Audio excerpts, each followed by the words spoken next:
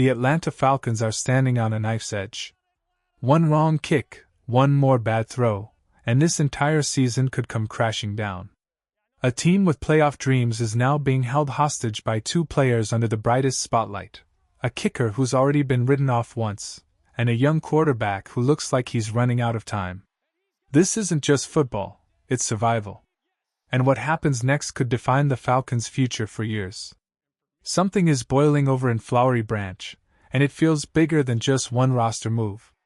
The Falcons didn't just stir the pot, they flipped it upside down. The shockwave began when Atlanta cut ties with veteran kicker Young-Ho Koo, a fan favorite since 2019. Koo's struggles, just 73.5% accuracy last year and nagging injury problems, forced the Falcons' hand, but nobody expected it to end so suddenly. In stepped Parker Romo, a name few Falcons fans even recognized. And just like that, the spotlight was on him. His debut couldn't have gone better, 5 for 5 on field goals, capped with a clutch 54-yarder in the fourth quarter under the primetime lights against Minnesota. Fans thought maybe, just maybe, the Falcons had found their next great kicker. But reality hit hard in Week 3. Against Carolina, Romo crumbled, missing both of his field goal attempts in a game where Atlanta was humiliated 30-0. That loss wasn't just painful, it was embarrassing, and it reopened every doubt about the team's stability. The Falcons quickly added rookie Ben Sauls to the practice squad, fueling whispers of another shakeup. Yet, in a move that shocked many, head coach Raheem Morris doubled down, announcing that Romo would still get the start this Sunday. The message? Atlanta still believes in second chances, but this might be Romo's last chance to prove himself. But the drama doesn't stop at kicker. This story is about more than field goals, it's about a team holding on for dear life. Because the real pressure cooker sits on the shoulders of second-year quarterback Michael Penix Jr. drafted as the Falcons' future. Penix has just one touchdown through 3 games, a simple screen pass to Bijan Robinson. That's it. He ranks dead last in deep passing and near the bottom in almost every QB stat. The ripple effect has been brutal. Receivers like Darnell Mooney have vanished from the stat sheet. Drives stall. Fans grow restless. And the questions only get louder: is Penix really the answer, or did the Falcons gamble their future on a mistake? Right now, the Falcons are balancing on the thinnest of lines. Romo's leg and Penix's arm aren't just stats on a sheet. They're lifelines for a franchise desperate to prove it belongs in the playoff hunt. Falcons fans, I need to know, do you trust Parker Romo to bounce back? Do you believe Michael Penix Jr. can turn this around? Or is Atlanta already headed for another lost season? Drop your confidence level in the comments below, 1 through 10, and let's see where this fanbase really stands. The Falcons' offense is searching for a heartbeat, and right now, it feels like the pulse is fading. Drake London hasn't exploded the way fans hoped.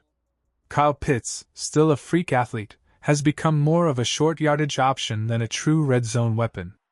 And outside of Bijan Robinson, who somehow leads the team in receptions despite being a running back, the entire wide receiver group has gone silent. The real dagger? The deep passing game. This was supposed to be Michael Penix Jr.'s calling card, the one thing everyone knew he could deliver. But instead, it's vanished. Penix is just 1 for 17 on throws of 15-plus yards this season, with one of those being an interception. That's shocking when you remember he finished last season with 316 deep passing yards in just his final 3 games. The big plays that once gave fans hope are now gone, and so far, nobody knows how to bring them back. Even the coaching staff has run out of patience. Offensive coordinator Zach Robinson didn't sugarcoat it, calling the Carolina game a comedy of errors. Now, he's simplifying the entire playbook this week, stripping it down in hopes of getting Penix back in rhythm. But here's the problem: time is slipping away. Week 4 against the Washington Commanders isn't just another Sunday, it's a survival test. Lose here, and Atlanta falls to 1-3, leaving playoff dreams hanging by a thread. And the Commanders aren't just tough, they're downright terrifying.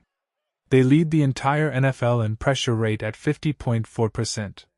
When they blitz, quarterbacks are completing just 36.4% of their passes. For a young QB who already struggles when the pocket collapses, this is walking into the fire. To his credit, Penix hasn't run from the spotlight. He's owned it, saying, "It starts with me." But let's be real, words don't win games. The Falcons spent a premium draft pick on him to light up defenses, not to run the league's worst deep ball offense. And all the while, veteran Kirk Cousins waits quietly in the background, ready if called. Officially, there's no QB controversy. Unofficially, every fan feels the tension. Thankfully, the defense is showing fight. Even without star corner A.J. Terrell Jr. for the second straight week, backup D. Alford has stepped up in a huge way. Against Carolina, he allowed just one catch for 9 yards on 4 targets, and the only blemish was a questionable pass interference flag. Morris couldn't stop praising him afterward, calling Alford absolutely amazing. And there's good news for special teams, too. Jamal Agnew is finally back, bringing speed and reliability to a return unit that was a disaster last week. Add in rookie Casey Washington, who's expected to help stretch the field on offense, and suddenly there's a little more spark on this roster. Still, injuries continue to sting. Cordero Hodge and Nathan Carter won't suit up, but overall, the Falcons will be more complete and more dangerous heading into Washington. That's what makes this game so massive. It's not just about Romo's leg or Penix's arm. It's about whether this team can prove it has the heart to compete. It's about urgency, belief, and fighting to avoid another year where the Falcons are just average.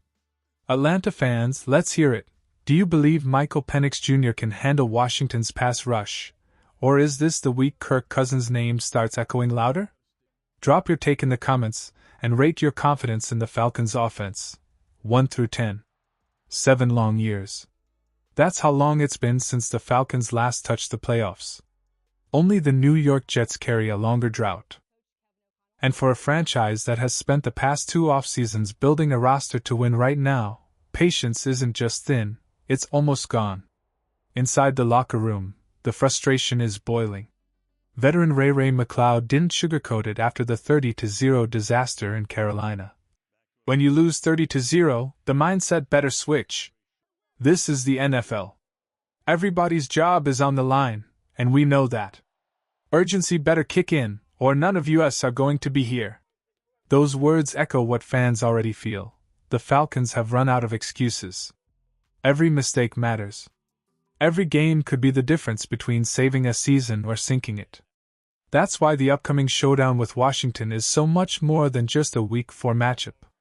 This isn't about one win or one loss, it's about identity. Who are the Falcons? Are they a team ready to claw back into the playoff picture? Or are they destined for another wasted season? It starts, once again, with the quarterback. Despite all the noise, there is no talk of benching Michael Penix Jr. inside Flowery Branch. Instead, the message is clear: refine his tools, clean up his mistakes, and let him fight through the adversity. And that's important to remember, because late last season, we saw a completely different version of Penix. He was hitting defenses with deep strikes, leading drives with calm confidence, and flashing the talent that made Atlanta gamble on him in the draft. The arm strength is there. The vision is there. What's missing right now is timing, rhythm, and execution. The weapons around him are waiting. Drake London is hungry to make big plays again. Darnell Mooney is desperate to prove his speed can change games. And Kyle Pitts, though steady in short yardage spots, hasn't been unleashed as the red zone nightmare he was drafted to be. This isn't just about whether Parker Romo nails his kicks or not. This is about a franchise standing at the crossroads. One direction leads back to relevance in the NFC South. The other? A spiral into yet another year of disappointment. Falcons fans, I want to hear from you. Is this the week Michael Penix Jr. finally takes control, or are we staring at another wasted season? And what about Parker Romo? Does he deserve one more chance, or should Atlanta move on? Drop your answers below, because this game could shape the future of the Falcons. The Falcons know one thing for sure: if they're going to survive, it won't come from one star carrying the load. It has to be all three phases, offense, defense, and special teams, finally clicking at the same time. That's why this week feels so critical. The offense has been stripped down, simplified, rebuilt to help Michael Penix Jr. get back into rhythm. The deep ball, once his biggest weapon, has been missing, but with Casey Washington returning, there's hope that vertical threat can come alive again. If Penix and Washington connect, it could change the entire feel of this passing attack. On special teams, the spotlight burns even brighter. Jamal Agnew is back, and his speed gives Atlanta a real chance to flip field position, something they badly lacked last week. And then there's Parker Romo. The team is giving him one more shot to prove he belongs. Every kick he takes will be watched like a final exam. If he nails them, confidence builds. If not, the Falcons may have no choice but to move on. Defensively, there's been fight. Even without A.J. Terrell Jr., the secondary has held up thanks to D. Alfred's breakout play. And the front seven? They've shown flashes of being able to generate real pressure. Against a Washington offense missing some of its weapons, this group has a chance to tilt the game in Atlanta's favor. Inside the locker room, unity is still holding, for now. Leaders like Ray McCloud are stressing patience and urgency, but in the NFL, intentions don't matter, results do. And that's the knife's edge the Falcons are standing on.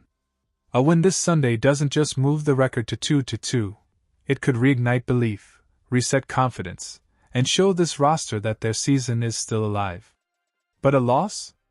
That could open the door to chaos, lineup changes, job security questions, and another wave of doubt crashing through Flowery Branch.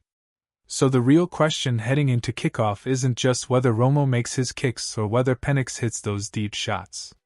It's bigger than that. Can this team finally put it all together? Can the Falcons prove they're more than just potential? Falcons fans, it's your turn. Is this the game where everything finally clicks, or are we staring down another round of changes? Drop your prediction in the comments, win or loss, and tell us what you believe this team really is.